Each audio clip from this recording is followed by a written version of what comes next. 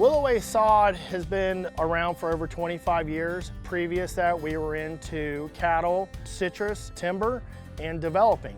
We started off with Bahia and then went into St. Augustine's and grown more into zoysias, and it's a family-run operation. Sunshine sod, a lot of residential we started off with, but now we've gotten into the larger projects with these parks, sports fields, a lot of DOT work. It's Morningside Park, 54th and Biscayne. So this came down, City of Miami commissioners through the city. Mainly a tree company took over a lot of the work here, subbed a lot of sod to us and some other parts. So been working 2 years on the project. It's been in stages. Some of us went down in January, and here we are in June trying to close it out. The project at Morningside Park, who we're doing with Sunshine Sod, we're putting in CitraZoy, roughly 95,000 square feet.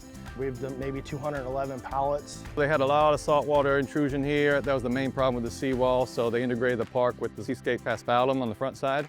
On this uphill side, we got a lot of CitraZoy going in.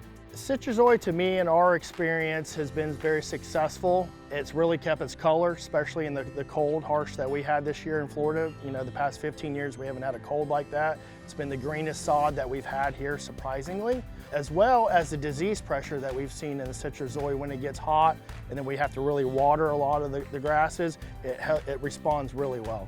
It'll work out good. A lot of people, it's all about price points, things in Florida, so maybe you'll get some more exposure, help the growth of it. They'll get a taste of zoysia and see how it works out. I think it's going to be good for the picnic areas, the play areas, and all the walking paths.